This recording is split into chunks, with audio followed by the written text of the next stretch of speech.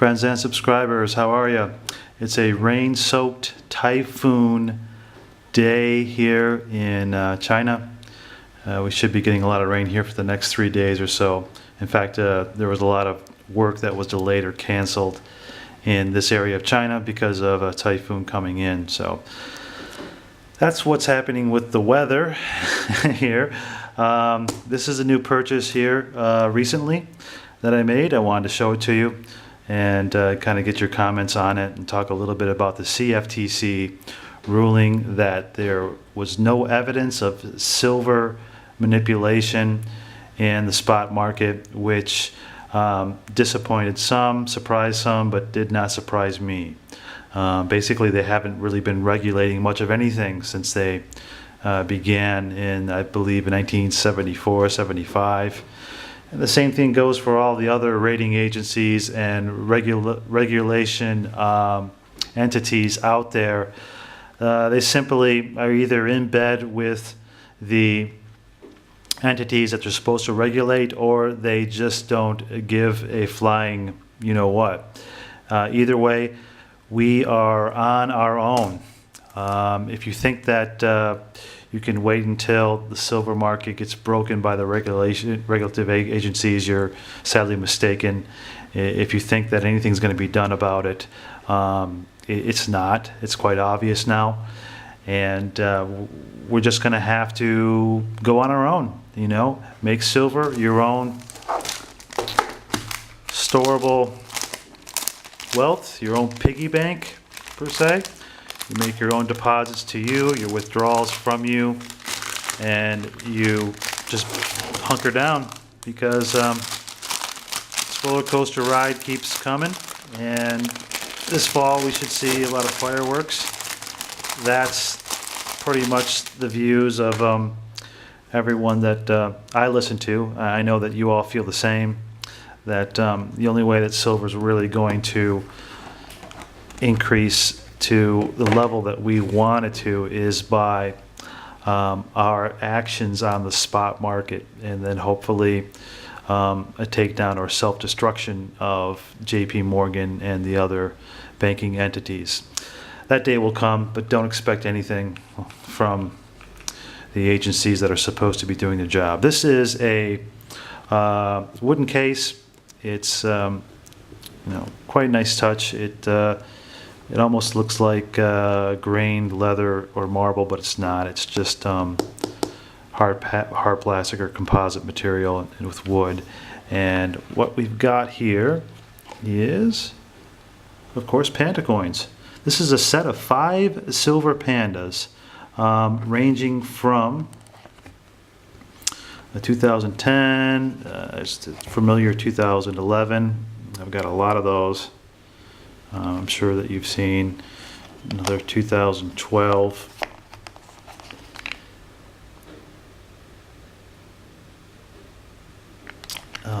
And then the two that really make this set worthwhile than picking up for me as a collector is this 2007, which is not super difficult to find, but it is a higher premium because there are less of these, and you can see each mintage, the quantity of them in circulation, and then you get a better idea of whether or not it's a good deal to pick it up. And then finally, a coin that I really wanted, this 1996. 1996, and I believe it's only around 50,000 or so of these, or maybe more, but like I said, I'll list that information. Nice coin. You'll notice that on the 1996, as with all 1990s Panda Coins, it has a straight reading, and that is in contrast to the diagonal reading that is on every year for the past 10 years or so. I don't know if you can see that very well, but yeah, found it, good price. I always look for older pandas because there aren't that many of them, and the premiums are getting up there. If you look on AppMex or any of the coin sites, you'll see that the older pandas do perform well. So there's 5 more collector coins that I really love, and I'm continuing to accumulate silver all the time because it's money in the bank, money in your personal bank. Okay, anytime you can take fiat out of circulation and convert it to real money, you're doing yourself a favor, and you're also helping the silver and gold community. So yeah, go for it. I mean, everybody else is here. Central banks are hoarding gold.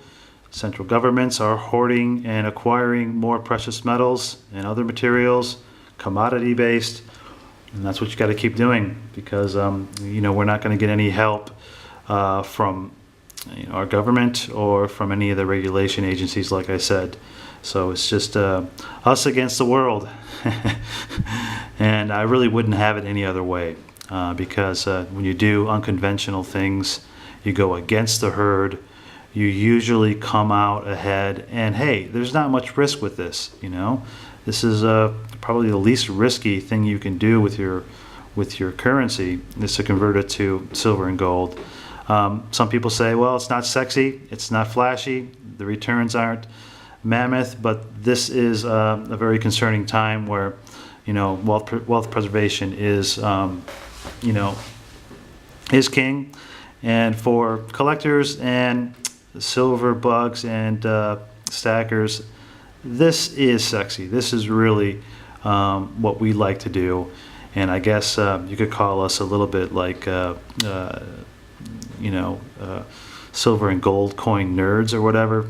But hey, if that's the worst they can say about me when all this is over, I'll be quite happy about that. So I'm going to leave you with a clip that I wanted to add to the currency clip that I did quite some time ago about the renminbi, and I'm just showing you a few extra things about their paper money and the security features on it. So I'll leave that clip with you, and then I'll be back here when I get another purchase or China news or something that seems urgent. So have a great one, and keep stacking, my friends.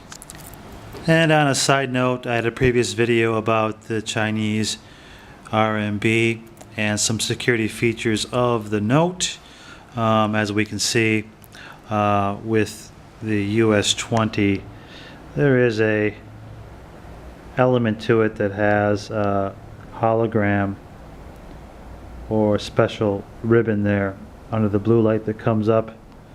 There's also shreds of colored paper that are in the US notes that will glow under the blue light. And these shreds of yarn and ribbon string are a security feature that has been in there a long time. Similarly with the Chinese yuan, there's many security features, such as this middle ribbon here that's metallic, and they also have the shreds of string that glow. You can see that in the blue light. That is ingrained in the paper. And then one of the key features, a lot of the merchants here, they all have one of these blue light pens or a blue light bar under the counter, on top of the counter. Check for counterfeits, because counterfeiting is such a huge problem here. And what they really look for initially is that 100. You can see it there.